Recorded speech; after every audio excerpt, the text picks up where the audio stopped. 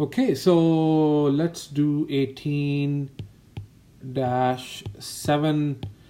So basically here, it's quite a simple problem, but you have to realize that, although it says $10 million, right?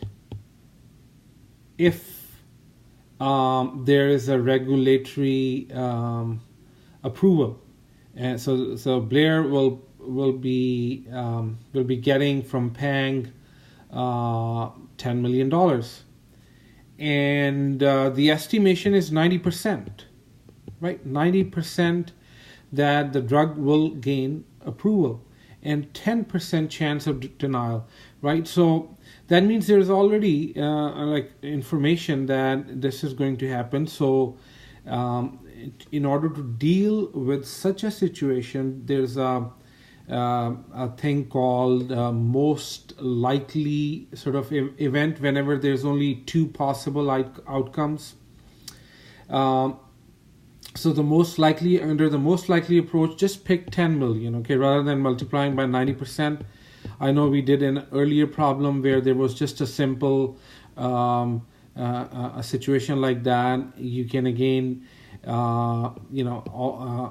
ignore this 10%, especially when there's only just two events, and take the one which is the highly likely approach, likely possibility, right? So just take that under the simple scenario, and that is the transaction price.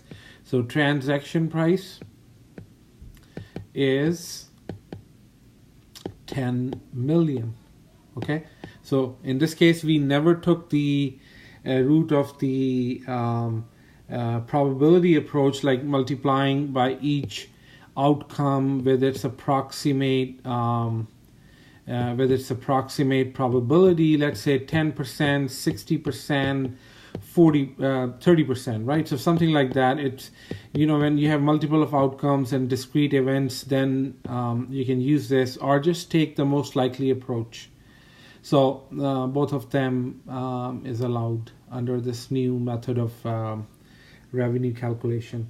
Okay, so that is a possibility. So part B, I'm going to do it quickly. You're going to get 10 million as soon as there is a regulatory approval, like so the company owes the other company 10 million, right? So there's so you have to take a accounts receivable of 10 million, and you have to recognize the revenue for 10 million.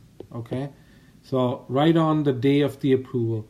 And once you have a receivable, so you can get cash in this situation on January 15, and that's when you get cash for $10 million, and your accounts receivable is going to be reduced by $10 million, right? So